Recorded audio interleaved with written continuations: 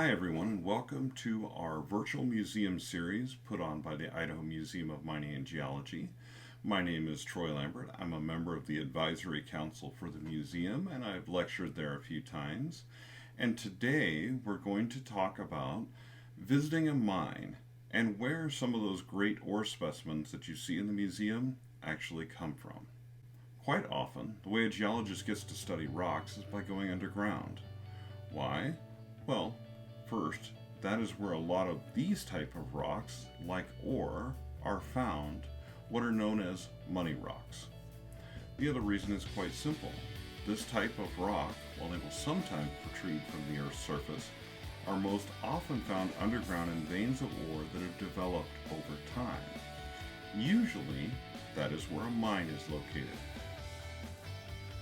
For example, to study what are known as belt rocks in northern Idaho, you can either climb Scotchman's Peak, where you can see some of them sticking out of the earth, or you can go underground in a mine like the Lucky Friday.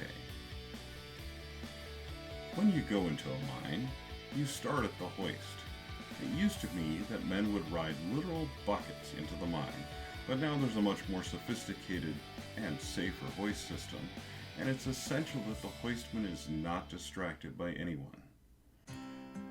This particular mine extends to very deep depths under the Earth's surface, down to the 5,900 foot level, nearly 6,000 feet or over a mile below the surface of the Earth.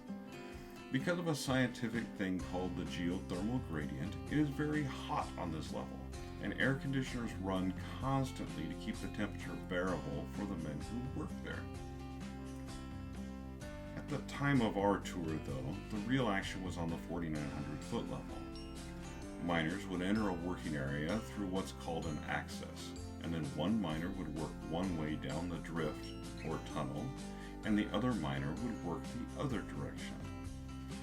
Miners first work upward from the drift or tunnel. Once they've mined that area, then they do something that's called sand filling, which stabilizes the area, and then they work below it. This serves to make the rock in the stope, the area where they work, safer. Then when they go to the next level, below, and start mining again, they do the exact same thing, working under the area of the vein that's already been mined and stabilized. Miners drill into the face of the drift for 10 feet. Miners used to use hammers to do this, but now we use large mechanical drills. They fill those holes, arranged in a special way known as a round, with explosives, and then turn big rocks into a pile of small rocks, like the one you see here. From those rocks, we can pull things like this specimen of tetrahedrite. You can see mineralization, which is the dark gray area in the rock, the brown in the rock, which is the host rock, or rock that surrounds the veins in this particular area, and is known as siderite. And you can also see quartz running through the rock.